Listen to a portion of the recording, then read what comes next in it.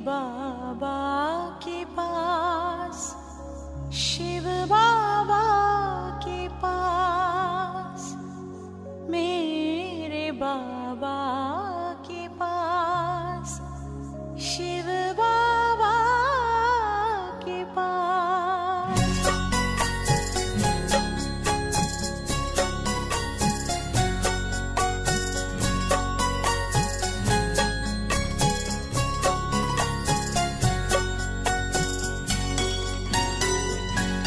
प्यारे प्यारे वतन उड़ चले हम आज, प्यारे प्यारे वतन उड़ चले हम आज, मेरे बाबा के पास, शिव बाबा के पास, मेरे बाबा के पास, शिव बाबा के पास।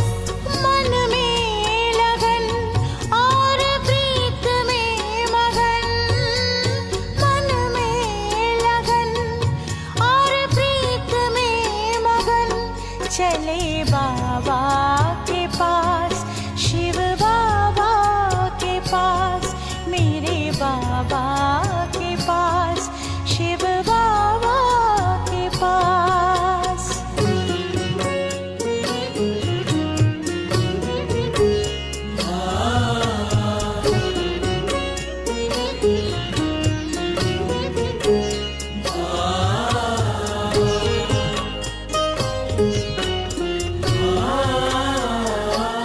कितनी खुशियाँ भरी आज राहों में है, दिव्य दुनिया समाई निगाहों में है।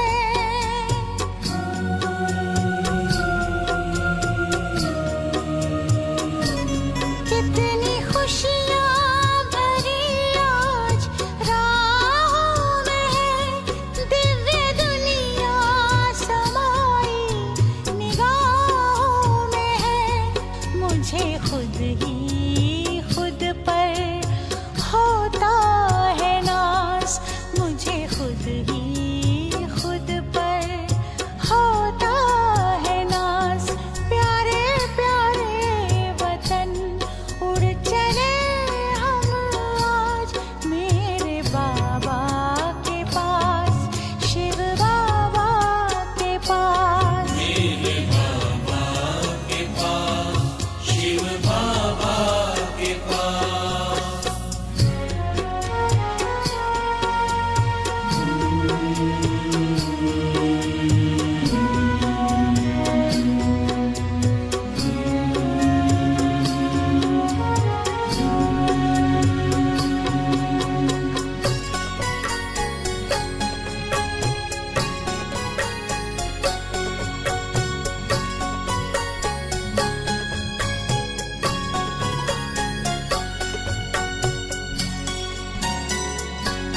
मुझको भाने लगी है नज़दीकियाँ, तुमसे समझी है जीवन की बारीकियाँ।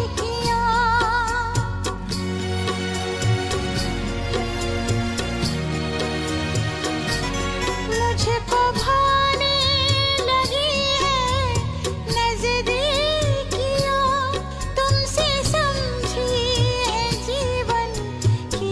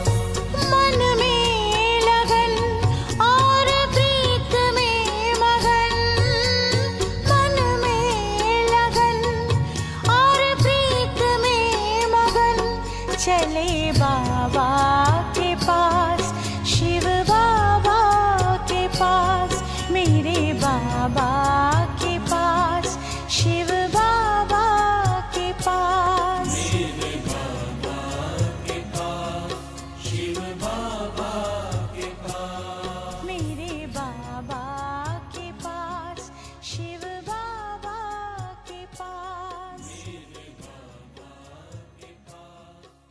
ओम शांति। समय का खेल है। समय अनुसार सोच अर्थात संकल्प बदलता है और संकल्प के बदलने से कुछ नई चीज़ों का निर्माण बोलो या स्वरूप तैयार होता है। एक तो वह समय हमारे यज्ञ का, जैसे ड्रामा समाप्ति की ओर जा रहा है, धीरे धीरे बाबा समेटता जा रहा है। पहले बाबा ने इस सृष्टि रंगमंच पर उन सितारों को, उन नक्षत्रों को, उन विभूतियों को तैयार किया जिनके आधार पर, सिर्फ वाणी के आधार पर नहीं, जीवन के आधार पर, वाइब्रेशन के आधार पर, संकल्पों के आधार पर, गुणों के आधार पर विश्व को संदेश मिलना था, एक नई दिशा मिलनी थी, बाबा का परिचय विश्व तक पहुंचना था, लोगों में एक नई जागृति लानी थी। धर्म की लहर, समुदायों की लहर और छोटी छोटी संस्थाओं की लहर, संगठनों की लहर, ये सब लहर तो समाज में घूम रही थी, लेकिन आध्यात्मिक शब्द कुछ लोगों के मुख पर आता था। लेकिन आध्यात्मिकता का तो कहते हैं ना, आध्यात्मिकता का तो भी किसी को मालूम नहीं था। आध्यात्म की लहर क्या घूमेगी, जिसका मीनिंग ही नहीं मालूम है, जिसकी परिभाषा ही नहीं मालूम है, जिसका अनुभव ही नहीं है, जिसके बारे में कुछ भी लोग नहीं जानते हैं, उसकी लहर क्या घूमेगी। जो हम जानते हैं, उसको हम अनुभव करते हैं, उस अनुभव की लहर समाज में जाती है ना। तो एक ऐसा समय जब इस समाज के अंदर अभी ये 2-3 सालों से चल रहा है, तो हम देख रहे हैं धीरे धीरे, जल्दी जल्दी, थोड़े ही दिनों में अब हम सब देख रहे हैं कि 2020 से लेकर के पहले हमारा विश्व का एक वंडरफुल, शक्तिशाली और अद्वितीय सितारा, जिसके तुलना में न इस संसार के अंदर कोई है, न इस दैवी परिवार के अंदर, ईश्वरीय परिवार के अंदर कोई है। दादी जानकी को हमने देखा कि कोई सा विश्व का ऐसा क्षेत्र नहीं जो उसने अपने जीवन से उसे टच ना किया। जबकि वो अपनी बात हमको सुनाते थे। मैं 11 साल की उम्र में पढ़ने के लिए गई स्कूल में और 13 साल की उम्र में आ गई। जिसने इस दुनिया के कागज़ों पर लिखी हुई पढ़ाई को नहीं पढ़ा, लेकिन परमात्मा द्वारा पढ़ाई गई पढ़ाई को अपने संकल्पों में रच दिया, अपने कर्मों में रच दिया, अपने भावनाओं में रच दिया, अपने जीवन में रच दिया। ठीक उसी प्रकार से वो चली गई हमारी 2000 में। फिर उसके बाद 2001 में हमने गुलजार दादी को देखा। गुलजार दादी के थोड़े समय बाद ईशू दादी चली गई। ये सब तो 3 विभूतियाँ जल्दी जल्दी बाबा ने अपने पास बुला ली, विश्व स्थापना के भविष्य कार्य को, या स्वर्ग स्थापना के भविष्य कार्य को स्पीड देने के लिए। लेकिन कुछ विभूतियाँ इससे पहले जो चली गई, वो भी हमारे पास कुछ छाप छोड़ के ही नहीं गए। लेकिन एक समय ऐसे होता है, जब समय परिवर्तन का समय होता है, तो इतिहास को रचा जाता है, इतिहास को बदला भी जाता है, और साथ साथ इतिहास से युग को भी बदला जाता है। ये 3 चीज़ें होती है। इतिहास रचा जाता है, इतिहास बदला जाता है, और इतिहास से युग को बदला जाता है। और जब ये 3 काम हो जाते हैं, तो तब इतिहास लिखा जाता है। इतिहास उस समय कोई नहीं लिखता है। जब हो चुका होता है तब लिखते हैं उसको। तो इसीलिए कहते इसका इतिहास ऐसा था। तो हम सब ने, जितनी भी स्त्री हमको आज तक मिलती है, हम सब ने उनका भी इतिहास पढ़ा है, जो इस यज्ञ में किसी चीज़ की प्राप्ति में आता। अति, जैसे सारे विश्व पर मेरा राज्य हो जाए, तो कोलंबस, सिकंदर जिसको हम बोलते हैं, उसने की भी हमने कहानी सुनी है। हिटलर की भी हमने सुनी है, कैसे कैसे इस देश के ऊपर में शासक होकर के गए हैं, मुग़ल शासक भी होकर के गए हैं, ब्रिटिश शासक भी होकर के गए हैं, सब है। लेकिन उन्होंने इतिहास को क्या दिया? किसी ने इतिहास में अपने जीवन के द्वारा किसी ने किसी को लड़ाई करने का, अर्थात कि युद्ध करने की प्रेरणा दी, किसी ने कुछ। हमारा भी भारत का इतिहास अगर उठा के देखें तो कितनी सभ्यताएं, कितनी संस्कृतियां विलीन हुई, लेकिन एक ऐसी सभ्यता, एक ऐसी संस्कृति जिसको आज विश्व नतमस्तक हो रहा है, वह सतयुग और त्रेता की सभ्यता और संस्कृति। वो जो सतयुग और त्रेता की सभ्यता और संस्कृति है, उसको विभिन्न भाषाओं में, सभी धर्मों के अंदर गोल्डन एज के नाम से, स्वर्णिम युग के नाम से, सोने के काल के नाम से, सुख, संपत्ति, एकता, उन सब के नाम से आज विश्व जान रहा है। अगर भारतीय संस्कृति के हिसाब से कहें, हिंदू संस्कृति जिसको कहते हैं, सनातनी संस्कृति जिसको कहते हैं, तो उस काल का वर्णन आता है जहाँ शेर और गाय एक घाट पानी पीते थे। वह कैसे तैयार हुआ? वह विश्व कैसे तैयार हुआ? फिर द्वापर से जब विक्रमादित्य का शासन आया, तो उस शासन काल में भी उसके सप्तम गद्दी पर भी वो था कि अगर किसी से सच्चाई निकालनी है तो सिंहासन पर बैठने से वो सच बोलता था। लेकिन धीरे धीरे जब वह काल भी चला गया विक्रमादित्य का, और पूरा जब हम नीचे की तरफ चले आए, जिसको कली काल कहा जाता है, अब जब मानवता त्राही त्राही करने लगी, सभ्यता और संस्कृति का कुछ भी अस्तित्व नहीं रहा, क्या भी नहीं रहा, सब सभ्यताएं, सब संस्कृति अपने में फेल होने लगी। जहाँ सिर्फ धन और धन, मनुष्य ने इसको ही अपना सर्वस्व मान लिया। पद प्रतिष्ठा को तो माना, लेकिन धन को आगे स्थान दे दिया। तो उसने क्या करा? जीवन के चरित्र को नष्ट कर दिया, हमारी शांति को नष्ट कर दिया, पारिवारिक स्नेह को नष्ट कर दिया, भौतिकता ने आध्यात्मिकता को नष्ट कर दिया। लेकिन आप ये जानते हैं, कोई तो है इसके ऊपर जो देखता है, जो सुनता है, जो सोचता है। वो है सबसे बड़ी हस्ती, जिसको हम ईश्वर, खुदा, गॉड, अल्लाह, परमात्मा, जो कुछ भी शब्द कहें। सृष्टि तो उसकी है ना, उसने हमें खेल खेलने के लिए दी। जब हम उसकी बनाई हुई सृष्टि में, उसके बताए हुए जीवन के अनुसार खेलते रहते, हम सुखी थे। फिर भी हमने कुछ अपने पास रखा हुए। लेकिन एक वो ऐसा देश आ गया, एक ऐसा समय आ गया जब देश अंदर एक दूसरे की अंदर ही अंदर एक दूसरे से बदला लेने की, एक दूसरे को नष्ट करने से, एक दूसरे से आगे बढ़ने के लिए होड़ करने लगे, और उनके अंदर ईर्ष्या की अग्नि जलने लगी, जिससे उन्होंने विनाशकारी चीज़ों को बनाना शुरू कर दिया अंदर ही अंदर। और एक वह समय आया जब परिवारों के अंदर तेरा और मेरा शुरू हो गया। नहीं तो हमें वो समय याद आता है, आज से 100 साल पहले की। चलो मेरी भी आयु अभी 80 के लगभग होने के लिए जा रही है, और 20 साल पहले की। एक परिवार में सब भाई, 4-6 भाई मिलकर के रहते थे, उनके सब बच्चे एक साथ रहते थे। जो बड़ा बच्चा बोलता था उसको सब छोटे बच्चे, ऐसा समय था जो बच्चों को पता नहीं चलता था हमारा बाप कौन है, हमारा चाचा कौन है। इतना प्रेम था, इतना व्यवहार था। लेकिन वह भी जब भौतिकता की अति होने लगी, जैसे धन बढ़ता गया, परिवार की शांति, सुख समाप्त होता चला गया। अब क्या करा जाए? अब कोई भी नहीं कहता कि मैं संपूर्ण विश्व को शांति और सुख दे सकता हूँ, संपूर्ण विश्व को प्रेम और भाईचारा सिखा सकता हूँ, संपूर्ण विश्व को एक नया मोड़ दे सकता हूँ।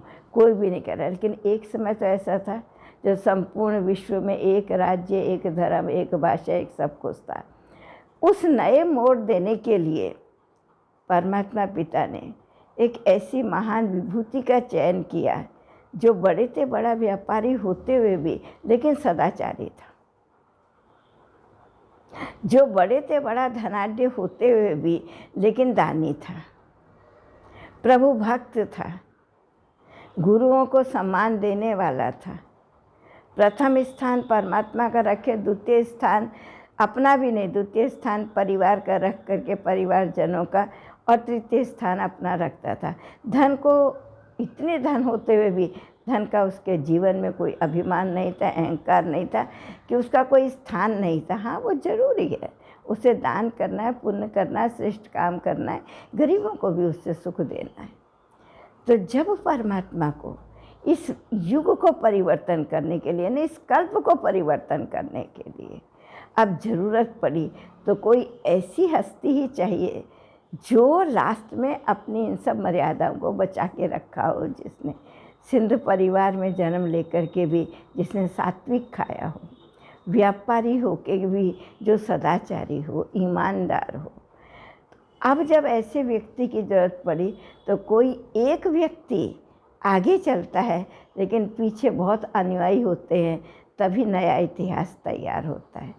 तो उस समय जब निराकार परमपिता परमात्मा ने साधारण मनुष्य तन का आधार लेकर के जिसका गुण और कर्तव्यवाचक नाम प्रजापिता ब्रह्मा रखा, उस समय जब वह एक संगठन बना, उसमें एक ऐसी महान विभूति आई, संकल्प की धनी आत्मा आई, विलक्षण प्रतिभा वाली आत्मा आई। बुद्धि तो उनकी इतनी तेज, इतनी तीक्ष्ण, और परखने की और निर्णय करने की शक्ति इतनी अच्छी, अज्ञान काल से ही जो कौन कैसा है और इसको क्या चाहिए वो दीदी समझ देती थी। तो वो हमारी दीदी जिस प्रकार से जून मास आने से मीठी मम्मा की यादें आ जाती हैं, जुलाई मास आने से ही दीदी का सारा जीवन काल, आगे का पीछे का, किसी के संग का, किसी के रंग का, वो सब जो सामने में आ जाता है, तो पूरा मास जैसे बारिश की छिमछिम होती है ना, ऐसे दीदी की विशेषताओं की छिमछिम बुद्धि में होने लगती है।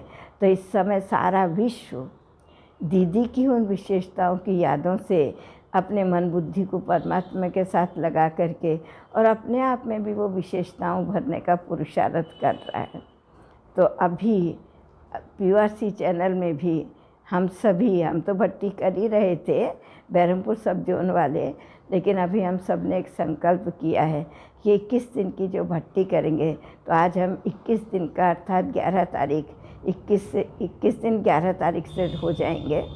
आज हम उसका शुभ आरंभ करने जा रहे हैं। तो आज आपको वह बात मुझे सुनाते हुए बहुत हर्ष हो रहा है, जो सिर्फ हमने सुना ही नहीं, लेकिन हमने प्रैक्टिकल अपनी आँखों से देखा।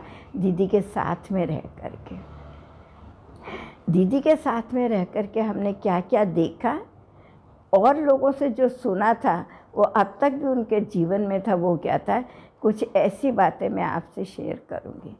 सबसे पहले दीदी अटूट श्रद्धा वाली थी, परम विश्वासी। किसके ऊपर? प्रभु के ऊपर, भगवान के ऊपर। और सिर्फ परम विश्वासी ही नहीं थी, परम प्रेमी भी थी, अथाह प्रेमी। मैं प्रेम का दीदी के एक भक्ति मार्ग का एक मिसाल देती हूँ। दीदी शुरू से कृष्ण को बहुत प्यार करती थी। लौकिक में दीदी का नाम घर का गोपी भी था, तो वो जब अपने गोपी नाम को याद करती थी तो कहती थी, मेरा नाम ये कब सार्थक होगा, जब प्रभु मुझे अपना दर्शन देंगे। चलो दर्शन ना भी दें, कोई बात नहीं, अगर प्रभु मुझे दर्शन नहीं देना चाहते, लेकिन कम से कम इतना तो कर दें कि प्रभु मुझे अपने भक्तों की रजकण बना दे। अर्थात जहाँ तेरा मंदिर हो, जिस जगह तेरा मंदिर हो, उधर से जो भक्त जाए, उनके पैरों की रज जो है, अर्थात वो रज मैं हूँ, जो मेरे ऊपर से चल कर के वो तेरे पास जाए, तो मैं कम से कम उसके पाँव के साथ में मैं भी तो तेरे पास पहुँच जाऊँगी ना। फिर जब वो तेरा अनुभव करके आए, तो फिर उसी रज के साथ में फिर वापस रज कर वापस साथ में आए, जो समाज को जाकर के उसका संदेश, बस हे प्रभु तो मुझे इतना ही बना देना, अपने भक्तों के पाँव की रजकण ही बना देना, तो भी मैं सोचूंगी बस धन्य। पर उनको ये नहीं मालूम था मैं उस परमात्मा की आँखों का नूर बनने जा रही हूँ, मैं उस परमात्मा के दिल को जीतने वाली दिल तख्त नशीन आत्मा हूँ, मैं उस परमात्मा के रचे हुए यज्ञ को कि मैं एक विशेष रतन हूँ। जैसे आप देखेंगे कोई भी किले की जब दीवार तैयार की जाती है, उसकी ईंट में सिर्फ बड़ी ईंट का ही महत्व नहीं होता है, लेकिन आप देखेंगे कभी कभी थोड़ा सा गैप रह जाता है, जो ईंट को 4 हिस्सा करके या 6 हिस्सा करके छोटा सा पीस भी उसके अंदर लगाया जाता है, वो पीस मसाले से तय नहीं होता है। तो इस प्रकार से दीदी ने इस यज्ञ की छोटी से छोटी और बड़ी से बड़ी ईंट जितनी बड़ी, मैंने संपूर्ण महत्व को समझा, आवश्यकता को समझा, विधि को समझा और ज़रूरत को समझा कि क्या करना है मुझे और मैं क्या कर सकती हूँ। और उसको देखते हुए दीदी को कभी किसी ने नहीं कहा कि जब इस ईश्वरीय विश्वविद्यालय का एक मंडी के नाम से संगठन तैयार हुआ, तो कुछ शिक्षाएं, कुछ धारणाएं, क्योंकि और जगह शिक्षाएं दी जाती हैं लेकिन धारणाएं नहीं होती, इसलिए झगड़े नहीं होते, विरोध नहीं होता है। लेकिन यहाँ सिर्फ बोला नहीं जाता, शिक्षाएं दी जाती हैं, शिक्षाएं दी नहीं जाती, धारण कराई जाती। शिक्षा देना अलग चीज़ है, शिक्षा सुनना अलग चीज़ है, शिक्षित करना अलग चीज़ है। शिक्षित होना माना वो शिक्षा हमारे रक्त में चली जाए, हमारे जीवन में। तो कहते हैं पवित्रता श्रेष्ठ है, सुख शांति की जननी है, लेकिन हम पवित्र बन जाए वो कभी कोई सोच नहीं सकता। कहते ये तो युगों युगों से जो महान पुरुष हो गए उनकी बात है, ये हमारी नहीं, लेकिन हम भी वो युग परिवर्तक हैं, युग प्रदर्शक हैं, वो किसी के बुद्धि में नहीं आता। तो दीदी एक ऐसी आत्मा यज्ञ में आई कि जिस समय शिव बाबा ने अपना कार्य शुरू कर दिया, लेकिन ब्रह्मा बाबा समाज में या फील्ड में जाकर के लोगों से मिलकर के बाबा के कार्य को नहीं समझा सकता था, और धीरे धीरे साक्षात्कार के कारण से कन्याओं माताओं का आना शुरू हो गया। अब आना शुरू हो गया, क्या करे, कोई तो बीच में मीडिएटर चाहिए। तो जैसे आप जानते हैं कि मीडिएटर वही बन सकता है जिसके अंदर नमन करने की शक्ति हो, जिसके अंदर मनन करने की शक्ति हो। लेकिन आज सभी को क्या कंप्लेन है, अपने आप से भी कंप्लेन है, औरों से भी कंप्लेन है। क्या कंप्लेन है, मन कंट्रोल में नहीं होता, चाहे भक्ति हो कि चाहे ज्ञान हो, मन कंट्रोल में नहीं रहता, मन एकाग्र नहीं होता, मन लगता नहीं जहाँ लगाना चाहते हैं। मन की सब कंप्लेन करते हैं, मन की कंप्लेन करने की कोई ज़रूरत नहीं है। अपने आप में देखो मन कहाँ जाता है, तो आप देखेंगे मन 2 शब्द है।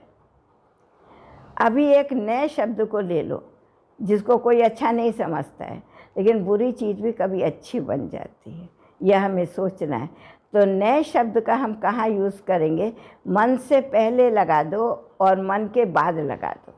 इस एक ही नए शब्द को मन से पहले लगाओगे तो क्या हो जाएगा, नमन हो जाएगा, जिसमें आप झुकना सीख जाएंगे, आपके जीवन में नम्रता होगी। तो किसी भी इतिहास को रचने के लिए, किसी भी इतिहास को आगे बढ़ाने के लिए और किसी भी इतिहास द्वारा परिवर्तन करने के लिए रचना भी आसान है, आगे बढ़ाना भी आसान है, लेकिन उस द्वारा कुछ परिवर्तन करना वो इतना आसान नहीं है। तो अब ज़रूरत थी शिव बाबा को एक नए इतिहास के रचने की, एक नए परिवर्तन करने की और एक नई दिशा देने के लिए, चलाने की भी नई दिशा देने के।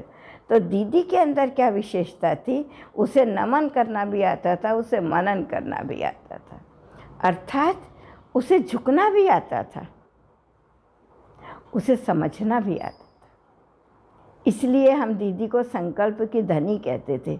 जो संकल्प कर लेती थी वो करके ही रहेगी, चाहे कुछ भी हो जाए। कभी नहीं कहती थी ऐसा करने से मेरा नाम खराब हो जाएगा, लोग मुझे बुरा कहेंगे, नहीं।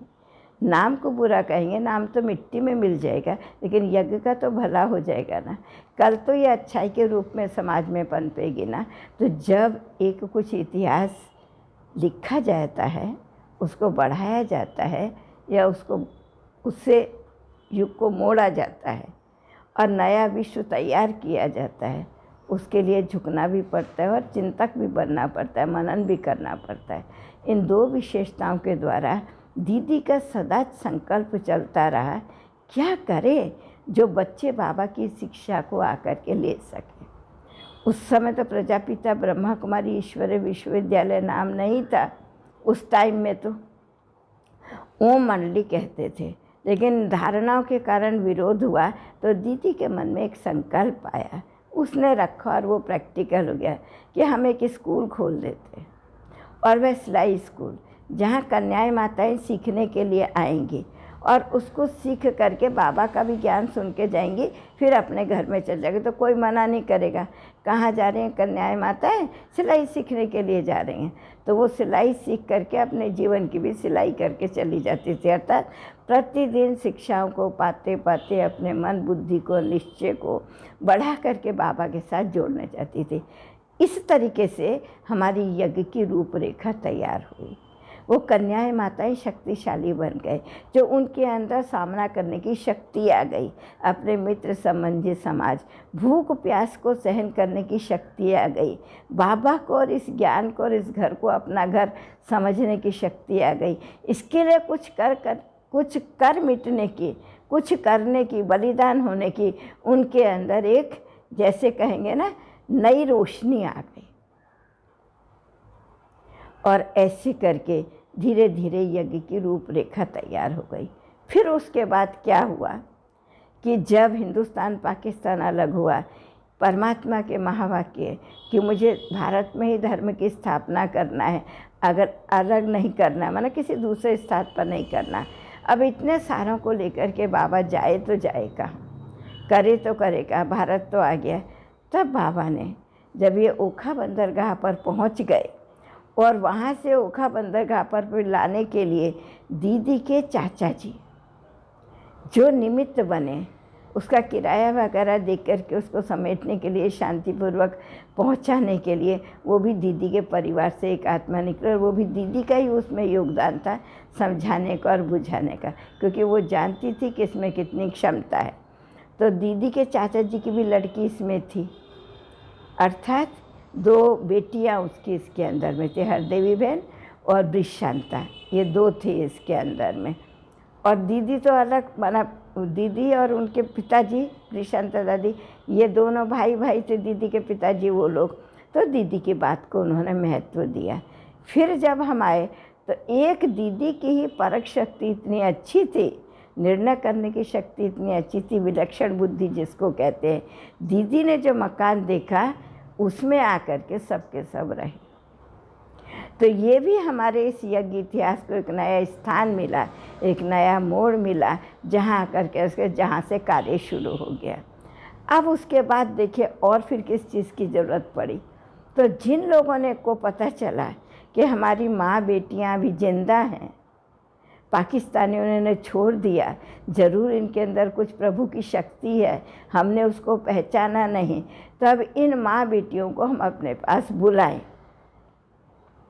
लेकिन कुछ लोगों ने ऐसे कहा था कि अगर आप भारत में अंदर आ जाएंगे, हम आपको सब प्रकार की मदद देंगे, मकानों का किराया देंगे, आपको सब प्रकार की सुविधा देंगे। लेकिन उन्होंने देख लिया कि ये इतना बड़ा संगठन है, सब पीछे धीरे धीरे हटने लगे। लेकिन परमात्मा तो पीछे कदम ले जाने वाला नहीं ना। सूरज एक बार उग जाता है, भले बादल आ जावे, लेकिन सूरज कहीं बैग थोड़ी चला जाता है, सूरज रहता ही है।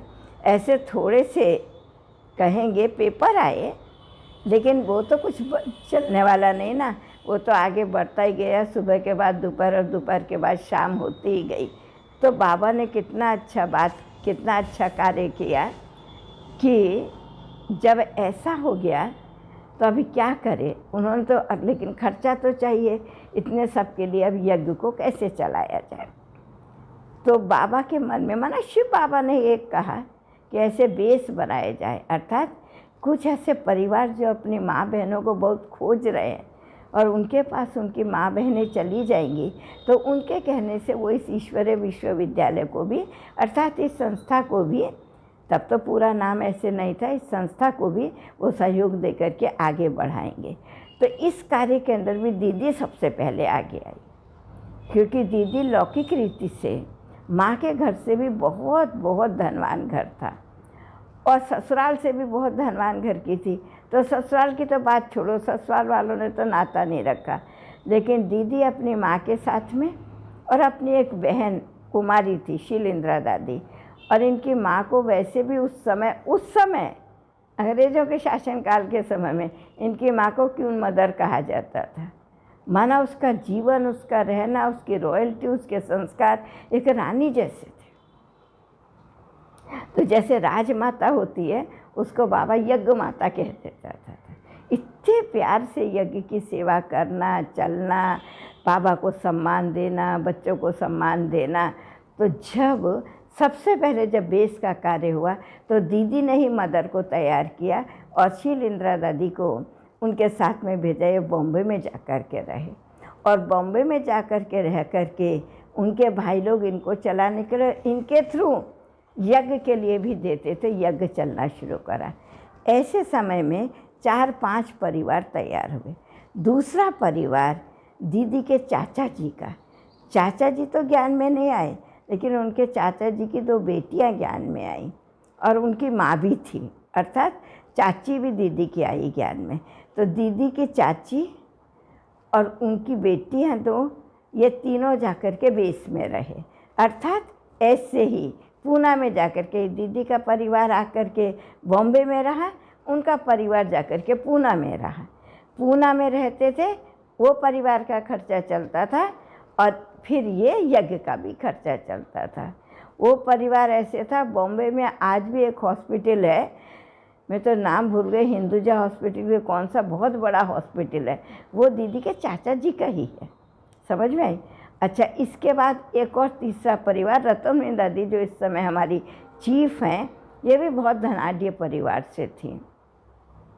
तो इनकी माँ देवी खुशी, वो भी यज्ञ में थी। ये दोनों यज्ञ में आए थे, एक साथ आए थे ये दोनों। तो ये दोनों यज्ञ में आए, लेकिन जब ऐसे बेस का समय हुआ तो उनके परिवार वाले भी चाहते थे कि ये ज्ञान में चले, लेकिन हम इन्हें ठीक से रखें, हम इनको घर देवे, हम इनको पैसा देवें, ये खुद भी चले, उनको चलाए, ऐसे कष्ट ना उठावें। जब हमारे पास धन है तो ये क्यों। तो उस कार्य में इस परिवार को भी प्रेरणा देने वाली, आगे बढ़ाने वाली हमारी दीदी ही रही। तो ये हमारी रत्नमोहिनी दादी और देवी खुशी, ये लोग भी जाकर के बेस में रहे। इस प्रकार से एक और परिवार, ऐसे 4-5 परिवार थे, इतने डिटेल में हम नहीं जाएंगे, हम अभी जीवन के। तो यज्ञ का ये तीसरा मोड़, पहला मोड़ वो जब संगठन बना सिलाई का स्कूल, दूसरा मोड़ वो जब ओखा में आकर के कहाँ रहेंगे भारत के अंदर, वो ब्रिज कोठी, और तीसरा मोड़ ये जो बेस चलाने के लिए। अभी चौथी चीज़ आई यज्ञ के इतिहास में, अर्थात समझने के लिए। अभी हमें बचत से यज्ञ को चलाना है। सब खुले हाथों से यज्ञ में पले, बड़े बड़े घरों से आए, अब इसको बचत से चलाने का है। तो जब शुरू में सेवाएं शुरू हुई तो दीदी की जो बुद्धि थी और दीदी की जो पालना थी, दीदी का जो प्यार था, जिससे कि बाबा समझता था कि इस प्यार, पालना और बुद्धि के आधार पर, और दीदी के अंदर एक बचत का, एक नामी एक अनामी का संस्कार था, इसके आधार पर ये बहुत अच्छी सेवा कर सकेगी, बहुतों को बाबा के नज़दीक ला देगी। तो बाबा ने दीदी को दिल्ली की तरफ भेजा। तो दीदी बहुत बचत से यज्ञ को चलाती थी और जो कुछ भी यज्ञ में आता था पहले दीदी को बाबा याद आता था। और सचमुच पहले दीदी को बाबा याद आता था। दीदी प्यार से कैसे बिना कैसे करके जो कुछ भी मिलता था सेंटर्स पर भेज देती थी। इस प्रकार से दीदी ने दिल्ली, इलाहाबाद, कानपुर, ऐसे यूपी के कितने स्थानों पर सेवाएं करी। लेकिन जब हमारी मीठी मम्मा 1965 में अव्यक्त हुई तो यज्ञ कारोबार को संभालने के लिए कोई तो बहन माता चाहिए ना, तो बाबा ने दीदी को बुलाया। दीदी उस समय अगर प्रैक्टिकल में देखा जाए, मम्मा बाबा को कोई चीफ नहीं बोलता था, तब चीफ शब्द हमारे यज्ञ में नहीं थे। ये जनरल सेक्रेटरी, ये चीफ, ये एडिशनल चीफ, ये सब भाषाएं नहीं थे। तब कारोबार नहीं थी ना इतनी। अब ये संसार की कारोबार चलने के लिए, समाज और संसार तक बाबा का संदेश देने के लिए उसको वो रूपरेखा दी। आज इस नामों को यूज़ करते थे। पहले कोई चीफ, कोई ये जॉइंट चीफ, ये सब कुछ नहीं होता था पहले। लेकिन आज के हिसाब से हम कहते हैं, अगर देखा जाए, यज्ञ की पहली चीफ हमारी दीदी ही रही। क्यों? दीदी को इंटरनल कारोबार, भाषण तो कोई भी कर देगा, बहुत तैयार हो गए थे। हमारी चंद्रमणि दादी थी, मनोहर दादी थी, जानकी दादी थी, बड़ी दादी थी, और ऐसे इसके बाद में परदादी थी। बहुत लोग थे भाषण करने वाले। लेकिन यज्ञ को बचत दे करके, इकोनॉमी और इकोनॉमी माना एक की याद से यज्ञ को संभालने वाली, अपने नाम मान शान के, नहीं तो मेरा नाम खराब होगा, मैं नहीं दूंगी, कोई क्या बोलेगा, उन सब बातों से परे दीदी ने बड़े प्यार से 1965 जून से लेकर के और 1983 तक बहुत प्यार से दीदी ने यज्ञ को संभाला।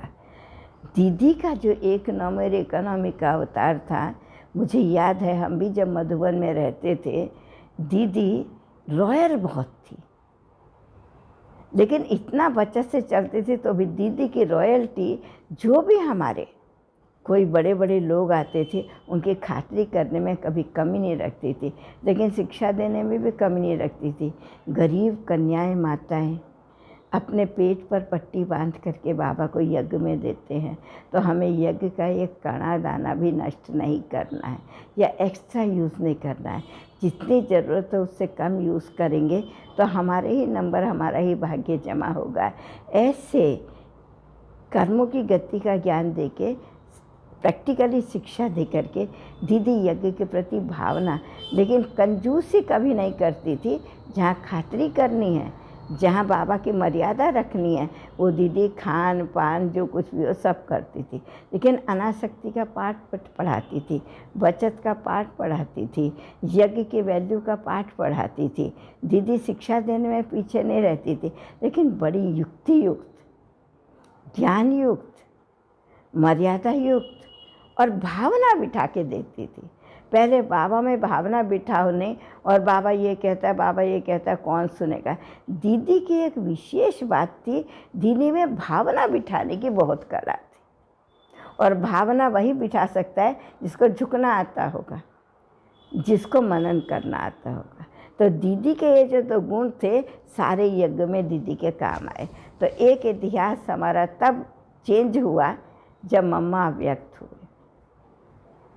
मम्मा के समय तो मम्मा की शिक्षाओं से, मम्मा के व्यक्तित्व से, मम्मा की दृष्टि से कैसे कैसे बाबा कहते थे ना, कीचक आएंगे देवियों के सामने, महिषासुर आएंगे, कैसे कैसे झुक गए, परिवर्तन हो गए, और नहीं तो भूल मान ली, रास्ते से विरोध करने से हट गए। वो एक हस्ती, वो तो एक अलग ही थी, जिसकी तुलना हम किसी से नहीं कर सकते। जैसे कहते हैं ना कि आकाश में चांद और सितारे, इनकी किसी से तुलना नहीं कर सकते। चांद और सूर्य, लेकिन सितारों की तो तुलना कर सकते हैं। सितारों में सबसे शक्तिशाली सितारा ध्रुव सितारा, जिसको अटल सितारा बोलते हैं। मैं कहती हूँ दीदी वो अटल सितारा थी। जो बाबा के यज्ञ के लिए चाहिए, उसको नाम मान शान थकान किसी चीज़ से मतलब नहीं, वो हो ही जाना चाहिए। और दीदी क्या करती थी, उस कार्य को पूरा करके ही छोड़ती थी, उसी प्रकार से उस कार्य को करके ही छोड़ती थी। तो इसलिए दीदी हमेशा कहती थी कि देखो, बाबा पहले, यज्ञ पहले, पीछे हम। बाबा और यज्ञ नहीं होगा तो हम रह करके क्या करेंगे, हम रह के क्या करेंगे। तो ये हमें देखना था कि दीदी अपने जीवन में बाबा को और यज्ञ को इतना स्थान दिया, जो सबको ऐसी बचत वाला बना दिया, इकोनॉमी वाला बना दिया।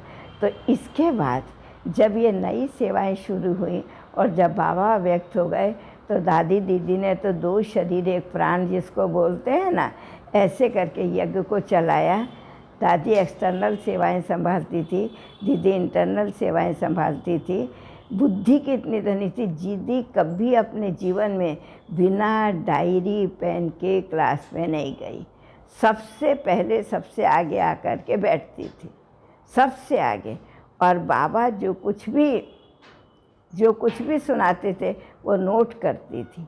फिर जब वो पत्र लिखते थे, उन पत्र में क्वेश्चन आंसर के रूप में वो दिए जाते थे। और फिर आज भी हम सब देख रहे हैं कि जो कुछ आता है मुरलियों के अंदर, ये सब तो और बहुत डिटेल है, मैं इसमें नहीं जाती हूँ, वो तो आप सब देख रहे हो, आप सब जानते हो। तो एक समय ऐसा आया जब यज्ञ को बचत से भी चलाना था और यज्ञ को आगे भी बढ़ाना था, यज्ञ की मान मर्यादा को भी रखना था। और दीदी की इतनी परखने की शक्ति थी, जो गायत्री मोदी, मेहताब मादा, रमेश भाई, दूसरा रमेश भाई, देहरादून वाला रमेश भाई, ऐसे ऐसे वीआईपीज़ को यज्ञ में लाया, जो वह वीआईपीज़ यज्ञ को चलाने के पहले उन परिवार से चलाया, अभी यहाँ के वीआईपी से चलाया। तो आप प्रैक्टिकल में देखिए, मैं एक एग्जाम्पल आपको देती हूँ। एक बार क्या हुआ, दीदी जब ऐसे ही अपने जो कारोबार सब संभालती थी, इसी प्रकार से उस कारोबार को संभालते हुए एक ऐसा मौका आया, माना कि इस प्रकार का मौका आया कि जब अभी कैसे यज्ञ की रूपरेखा को आगे चलाने का है, तो बहनें जो सेवा केंद्र पर जाएंगी उनको ही कैसे माना समझाएंगे वो कर्म। तो पहले क्या होता था, सेंटर में भंडारी नहीं होती थी, सब भाई बहन अपनी इच्छा से हाथ में आकर के देते थे। फिर एक कानून बना, जब कानून बना तो सरकार ने कहा कोई भी धार्मिक संस्था अपने पास हुंडी रखो, दान पेटी जिसको कहते हैं, मंदिरों में होता है ना, ऐसे सेंटरों पर भी भंडारी के लिए रखने की बात निकली। तो बहुत आकर के दीदी को बोले, दीदी भंडारी रखने से कोई देगा, कोई नहीं देगा, कैसे पता चलेगा। तो वो बोली, दीदी ने बहुत अच्छी बात बोली, बहनों को बहुत अच्छा पाठ पढ़ाए। यज्ञ किसका है? तो सब ने कहा बाबा का है। यज्ञ कौन चलाता है? कहते बाबा चलाता है। फिर तुमको क्यों चिंता? हम जब समाज में रहे हुए हैं, जो भारत के कानून होंगे उसके साथ हमें चलना ही पड़ेगा। हम कानूनों से न्यारे होकर के, कानूनों को तोड़ के, कानूनों से किनारा करके हम नहीं चल सकते। अगर हम इन सरकार के कानून को नहीं मानेंगे तो हम भी अपना संविधान तैयार नहीं कर पाएंगे। इसी सरकार के साथ सहयोगी और सामंजस्य में रह कर के ही हमने अपना नया संविधान तैयार करना है, अपनी राजधानी तैयार करनी है। ये तो हमें विनाश करने की ज़रूरत नहीं, हो जाएगी, हमें परिवर्तन करने की ज़रूरत है। एक ऐसे शक्तिशाली संगठन की ज़रूरत है जो एक बल एक भरोसा पर चलने वाला हो, जिसके जीवन में दैवी लक्षण आ चुके हों, जिसका जीवन एक अथाह आस्था से संपूर्ण हो चुका हो। तो दीदी हर मोड़ पर यज्ञ के इतिहास को रचने वाली, आगे बढ़ाने वाली, नई दिशा देने वाली। तो कोई एक एक जाति के इतिहास को लिखे हैं, लेकिन दीदी विश्व के इतिहास को लिखी थी। इतनी बड़ी इतिहासकार थी और इतनी बड़ी कलाकार, मूर्तिकार थी दीदी हमारी। अगर किसी की देखने की दृष्टि थोड़ा गलत है, माना चंचल है, ये अच्छा है बुरा है, व्यक्ति को, वस्तु को, स्थान को, ये सब चीज़ किसी किसी के नेचर नहीं होती है ना, दीदी कभी डायरेक्ट नहीं कहेगी। लेकिन अच्छाई क्या है वो दीदी बता देती थी। इतनी सुंदर उसकी दृष्टि को चेंज कर देती थी। कोई मूर्तिकार भी तूली से इतनी अच्छी आंखें नहीं बना सकता, बस उसकी आंखों में एक बाबा ही समाया रहता था। मैं कितनी बातें दीदी के जीवन की आपको सुनाऊं, रह कर के मेरे सामने तो पूरा एक रील जैसा आ रहा है, लेकिन समय की भी सीमा है। घड़ी तो अपनी गति से चलती रहती है, वो तो रुकेंगे नहीं। लास्ट में मैं यही कहूँगी, दीदी एक इतिहास रचने वाली, दीदी यज्ञ के इतिहास को आगे चलाने वाली। ये यज्ञ का इतिहास जो विश्व का इतिहास, दीदी विश्व को एक नया मोड़ देने वाली।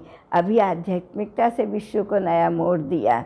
फिर धन के आधार पर, जब धन की कमी थी, किसी को धन का अभाव महसूस नहीं होने दिया, सभी को बाबा के पर निश्चय कराया कि बाबा यज्ञ चला रहा है, जिसको देना होगा देगा, जिसको नहीं देना होगा देगा। बाबा को जिसका चाहिए उसका ही आएगा, जिसने बाबा से भाग्य लेना होगा उसका ही आएगा। तुम क्यों चिंता करते हो? वो तो बैठा है ना, यज्ञ को रचने वाला, यज्ञ को चलाने वाला, यज्ञ का रक्षक। तुम सिर्फ निमित्त बन करके चलते रहो।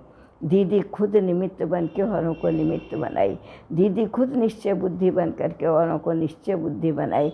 तो मैं समझती हूँ जाने अनजाने, प्रत्यक्ष अप्रत्यक्ष, विश्व हर युग में दीदी को नमन करेगा ही। हमें सत्य त्रेता में कुछ नहीं पता होगा, बाबा नहीं पता होगा, हम नहीं पता होंगे, यज्ञ नहीं पता होगा, लेकिन जो यज्ञ का फाउंडेशन, हम एक हैं, एक के हैं और एक के ही होकर के रहेंगे।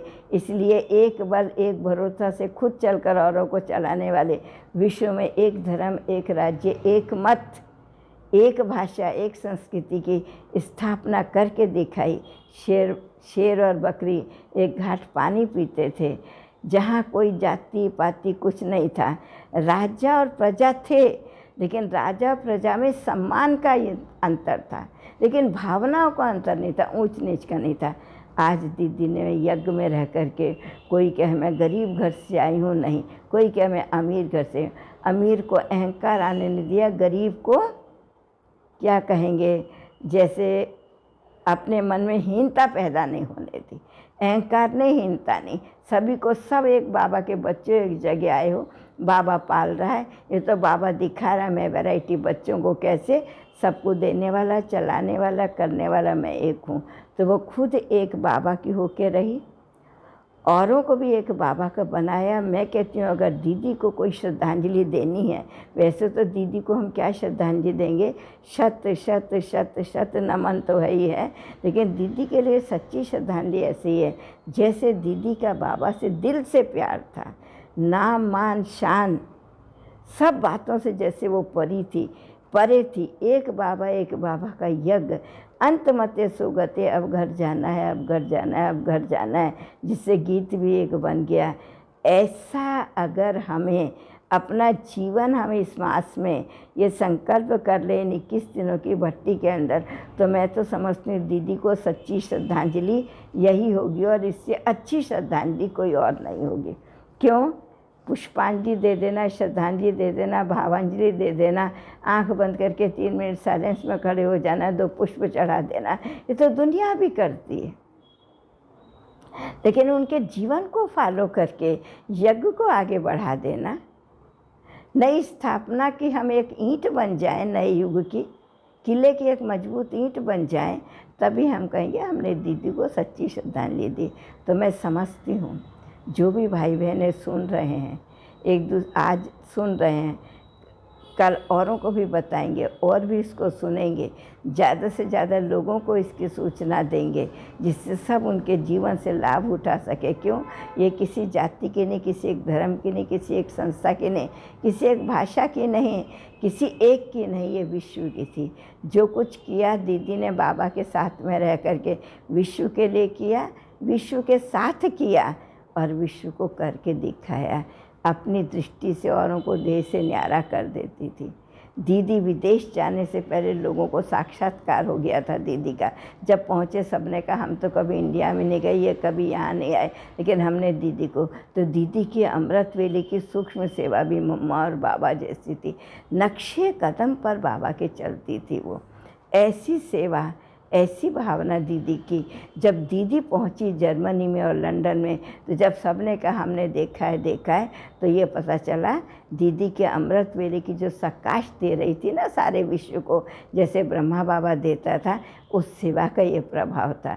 तो दीदी संपूर्ण विश्व की संकल्प द्वारा, कर्म द्वारा, बोल द्वारा, त्याग और तपस्या द्वारा, बाबा से अति दिल के स्नेह के द्वारा जो दे गई, जो आज भी है, उसी को हम कायम रखें और आगे चलें। यही दीदी को शत शत श्रद्धांजलि होगी, और इससे अच्छी और कोई श्रद्धांजलि नहीं। तो दीदी को ऐसी भावभीनी श्रद्धांजलि देते हुए ओम शांति।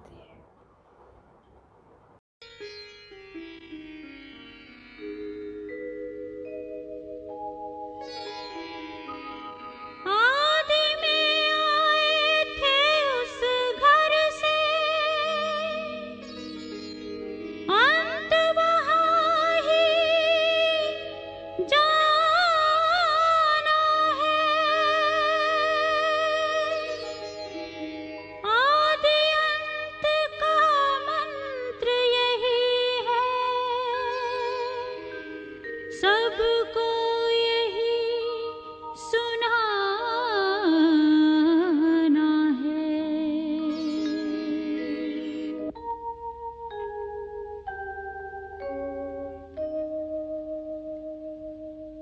अब घर जाना है कि अब घर जाना है, अब घर जाना है कि अब घर जाना है। आदि अंत का मंत्र यही है, सबको यही सुनाना है। अब घर जाना है कि अब घर जाना है, अब घर जाना है कि अब घर जाना है।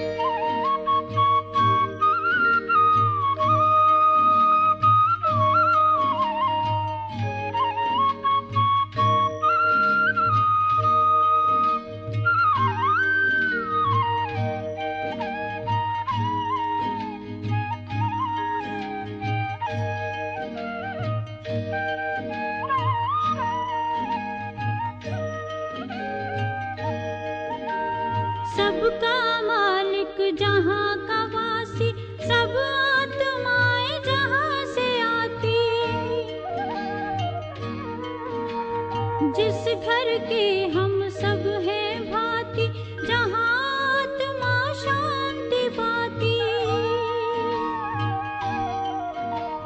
शांति धाम या ब्रह्मलोक वो,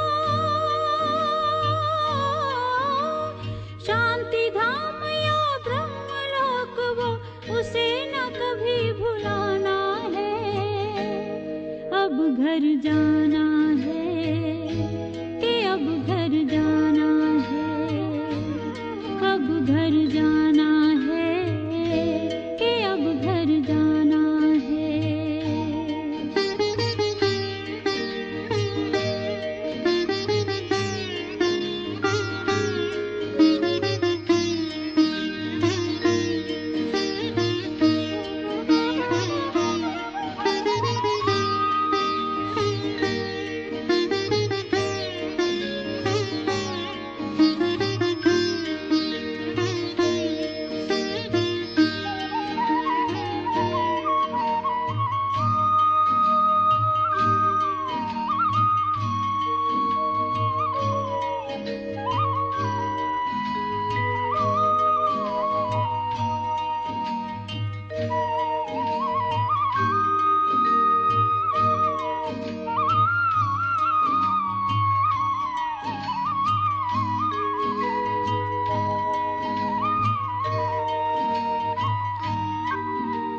शांति का संदेश सुनाए, शांति की किरणें फैलाए। शांति कुंड की ज्योति से हर एक ज्योति को जगाए। चलेंगे होकर देह से न्यारे, चलेंगे होकर देह से न्यारे, साथ सभी को जाना है। अब घर जाना है कि अब घर जाना है, अब घर जाना है कि अब घर जाना है।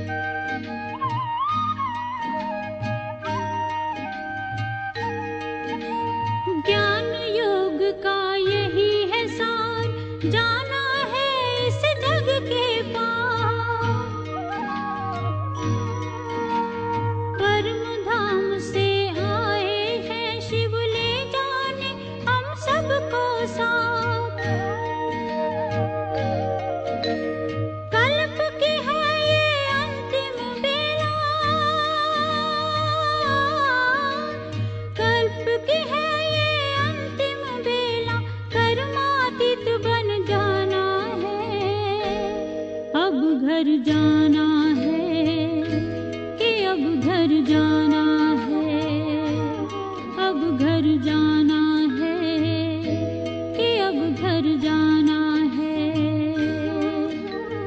आदि अंत का मंत्र यही है, सबको यही सुनाना है। अब घर जाना है, कि अब घर जाना